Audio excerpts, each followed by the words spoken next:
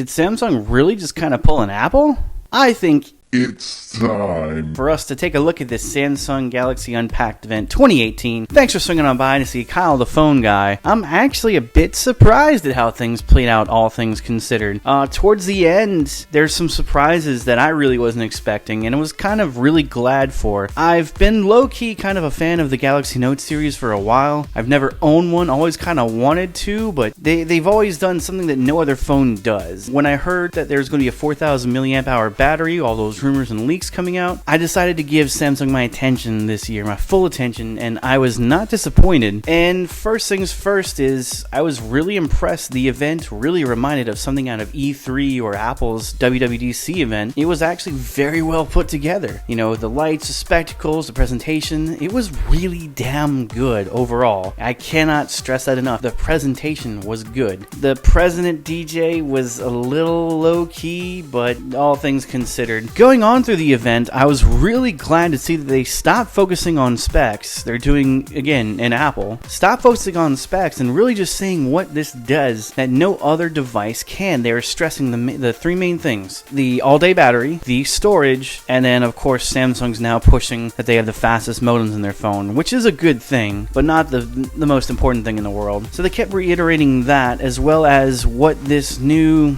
device does and how the S Pen changes it. We've all seen, obviously, the leaks. So yes, it's Bluetooth enabled, so you've got those extra features there, which do seem kind of cool in execution. Being able to go through a presentation wirelessly, or pause play music, or, you know, a camera shutter. It's nice to have. Not revolutionary, but really cool to have nonetheless. What really surprised me going in later to the event was actually not the Note 9, but once they started introducing the Galaxy Home, and then further their partnership with Spotify. When they gave this presentation, it immediately reminded me of something that Apple would do, where the guy presenting, he opened up Spotify on his phone, had, you know, pretending he was playing in his car, walked into his home, and just pressed a button and it started playing on his Samsung TV, which, first of all, that's really cool. But then he said, well, if I don't want to move to another room, and bam! Touches the button on the Galaxy Home and just immediately starts playing. So if you didn't know, the Galaxy Home is their new Bixby smart speaker kind of thing, like a Apple HomePod or Google Home device. That's essentially what it is. And whether or not that's going to be a success, I don't really know.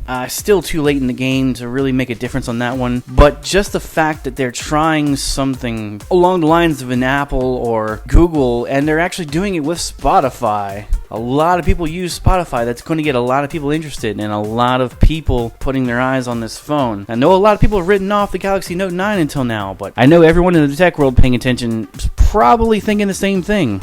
This really is probably the most underrated and probably best device, or best really change of mindset for the company of Samsung Mobile. You know, this S9 has sold worst of all of its phones so far, and this might be the oomph they need, or it probably won't be because of the trends, but this is a good start, and I hope that they continue to push forward in next year, that they're even more competitive, because this was a really nice event. So until we actually get our hands on the Galaxy Note 9, I've been Kyle the Phone Guy. You've been great. Stay subscribed for more information on all things mobile tech, and I'll see you then. Hopefully I'll have my hands on this thing, and I'll let you know what I really think of it. So catch you next time.